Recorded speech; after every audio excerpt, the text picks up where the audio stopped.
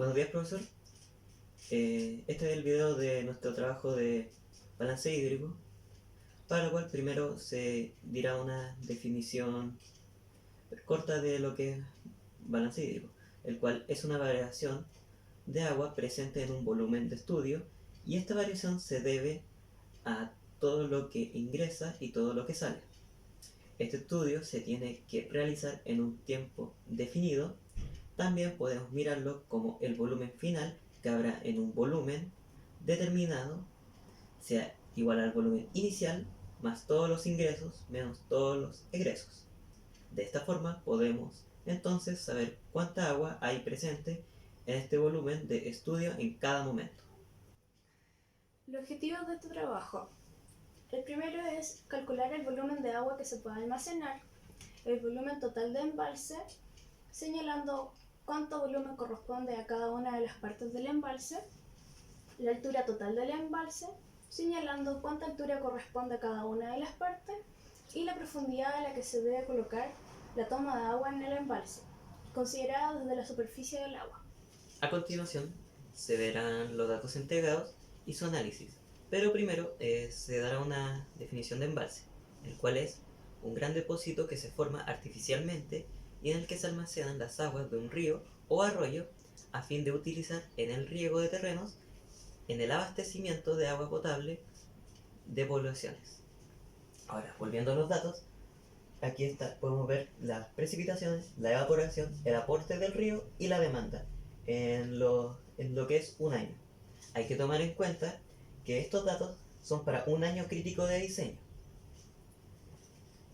Aparte de eso, se nos dio la superficie del terreno, que es 2,8 hectáreas, y se tiene que construir este embalse con forma de paralelepípedo. Y la demanda necesaria para la necesidad de riego vendría siendo de 13,2 hectáreas, por lo cual primero determinaremos el volumen del embalse y su altura. Primero se debe determinar cuáles variables son entradas al área de estudio del balance hídrico y cuáles son salidas de la misma. Las entradas serán la precipitación y el aporte del río, y las salidas la evaporación y demanda, en el cual la demanda es lo que se requiere de agua. En el caso de estudio se debe dejar expresados todos los volúmenes en la misma unidad métrica para poder realizar los cálculos. La precipitación y la evaporación están referidas al área del embalse y la demanda del área de riego. Aquí está la primera fórmula, que es la de precipitación, en la cual se hizo un cambio de unidades, ya que se nos entregaba el dato en milímetros y se necesitaba en metros. Y esto se multiplica por el área de embalse, que es 2,8 hectáreas, pero aquí también se ocupó en metros cuadrados. La evaporación, también se hizo el cambio de unidades y se ocupó la misma área. La demanda, también se hizo el mismo cambio de unidades, y en este caso el área de riegos es de 13,2 hectáreas y también se pasó a metros cuadrados. Se debe aplicar la ecuación fundamental de la hidrología, que señala que las variaciones de almacenamiento en un volumen de estudio son iguales a las diferencias entre las entradas y las salidas. Esta aplicación debe hacerse mensualmente. Las variaciones de almacenamiento al final del periodo, en este caso cada mes, que resulten negativas, implican que no ha podido ser satisfecha la demanda y por tanto hay un déficit. En el caso que las variaciones sean positivas, se entiende que la demanda ha sido satisfecha y además hay volumen extra que puede ser almacenado para utilizarse en los periodos de déficit. Aquí se pueden dar cuenta de que está la variación de almacenamiento de los meses, o sea, de cada mes entre la entrada y la salida. En ello se hace una diferencia, o sea, se separa el déficit cuando dio un valor negativo de almacenamiento y el exceso cuando dio un valor positivo. El déficit vendría siendo lo que a nosotros nos va a faltar para cubrir la demanda que se tiene. Y el exceso va a ser lo que a nosotros nos va a sobrar de lo que se sostuvo en ese mes. El déficit anual fue de 149.152 metros cúbicos. El superávit anual fue de 71.348. Y al hacer la resta de esos dos nos dio un balance anual de 78.804 metros cúbicos. Esto es lo que no se puede almacenar porque es con lo que nosotros no contamos para poder satisfacer la demanda de riego.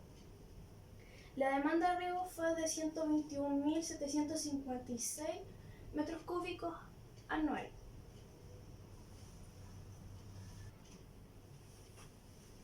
Como el volumen total del déficit no indica el volumen de agua que faltará para satisfacer la demanda, es este el volumen que debe ser acumulado para evitar falta de suministro de agua.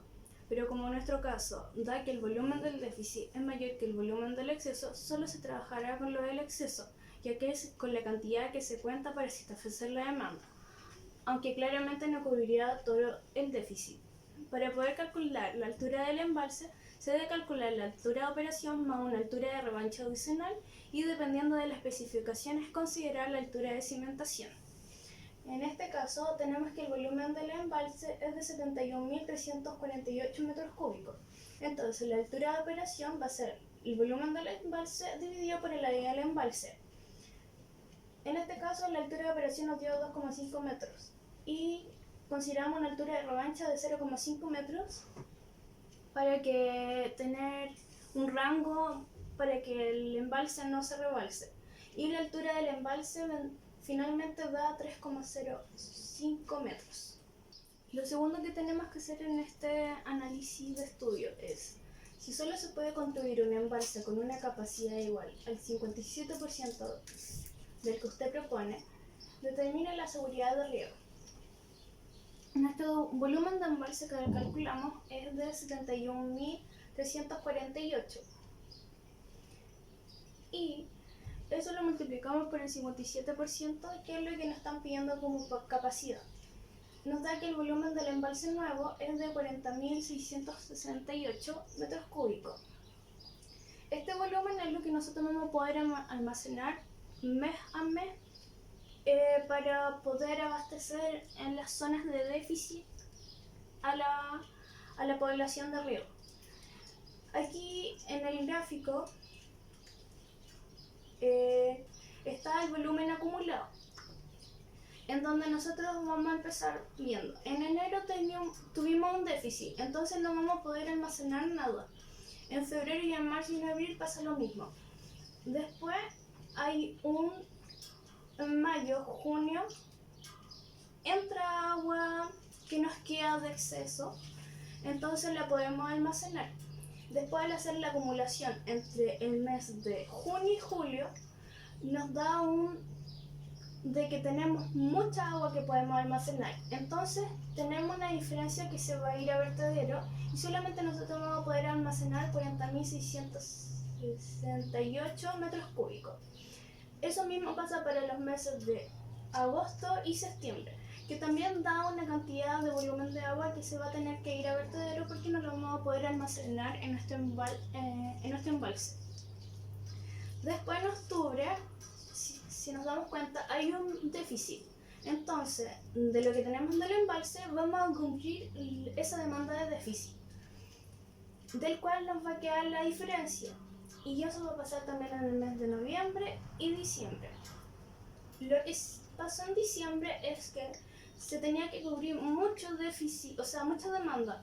Entonces, nosotros no alcanzamos a cubrir el total con lo que quedaba del embalse, provocando de que 5.763 metros cúbicos no los pudimos cubrir. Entonces, aquí tampoco vamos a tener un volumen para poder cubrirlo.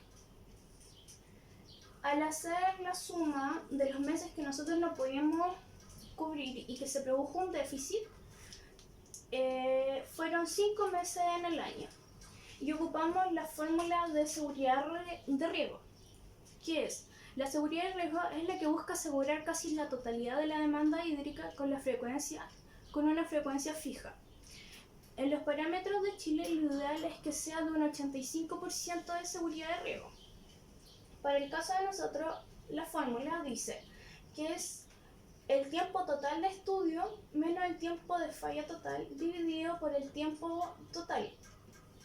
En este caso nos da que el porcentaje es de 58,3%.